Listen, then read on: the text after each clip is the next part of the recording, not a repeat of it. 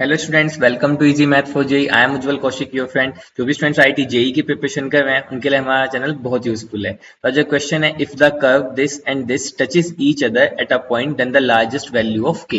तो देखो यहाँ पे ध्यान देने वाली बात क्या है, हमें यहाँ पे सर्कल गिवन है। तो सर्कल की अगर मैं जनरल इक्वेशन लिखता हूँ वो क्या होती है, x square plus y square plus 2gx plus 2fy plus c is equal to 0। और इस केस में जो मेरा सेंटर होता है, सेंटर सेंटर क्या होते हैं मेरे, minus g and minus f. और जो मेरी रेडियस होती है,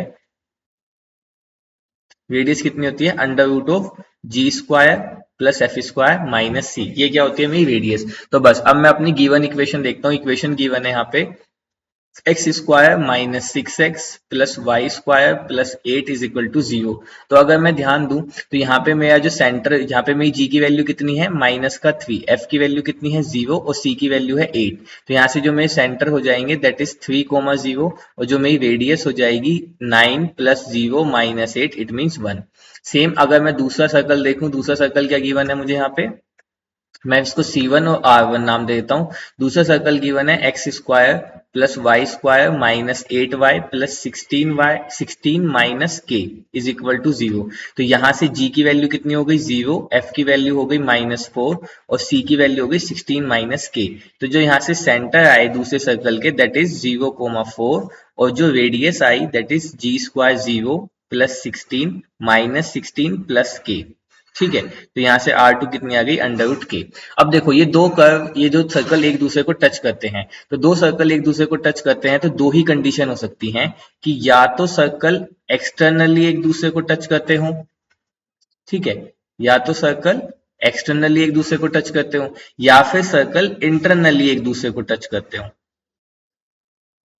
ठीक है, या तो सर्कल एक्सटर्नली टच करें या इंटरनली टच करें, तभी एक दूसरे को टच कर सकते हैं, अदरवाइज इंटरसेक्ट कर जाएंगे।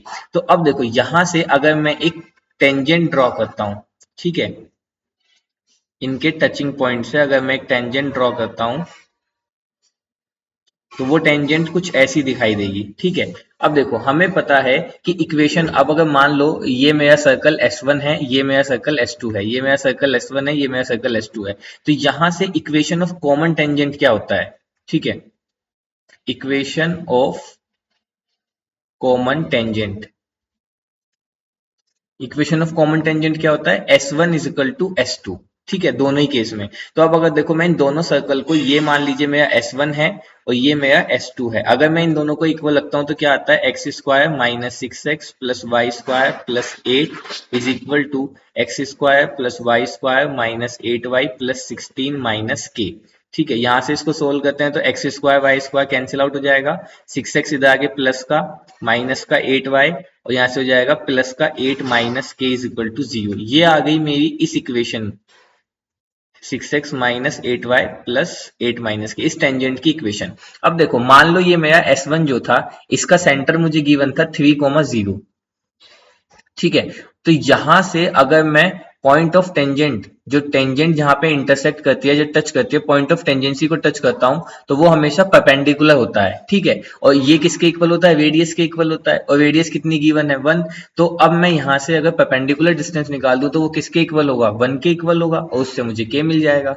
तो अब अगर मान लीजिए कोई दो पॉइंट गिवन है x1 y1 और इक्वेशन गिवन है ax plus by plus c equal to 0, तो जो परपेंडिकुलर डिस्टेंस होती है वो क्या होती है, perpendicular distance this is equal to ax1 plus by1 plus c upon under root of a square plus b square. बस यही फॉर्मूला मैं यहाँ पे यूज करूंगा। तो यहाँ पे जो परपेंडिकुलर डिस्टेंस है this is equal to radius, perpendicular distance कितनी हो जाएगी, 3 से करेंगे तो modulus of 18 minus 0 plus 8 minus k upon under root of 6 का स्क्वायर 36 ए 8 का स्क्वायर। देखो ए और बी ये हो जाएंगे ना, ए हो जाएगा ये और बी हो जाएगा ये, this is 64 is equal to radius कितनी गिवन है 1। तो यहाँ से आ गया 18 और 8 26 माइनस के और ये अंडर रूट 6, तो ये हो जाएगा 100, इधर जाके हो जाएगा 10। ठीक है, अब हमें पता है मॉडुलस ऑफ एक्स अगर ए के इक्वल होता है तो एक्स मेरा प्लस माइनस ए के इक्वल होता है। तो एक्स ये पूरी टर्म है, यानी 26 माइनस के एक बार 10 के इक्वल होगा और 26 माइनस के एक बार माइनस 10 के इक्वल होगा।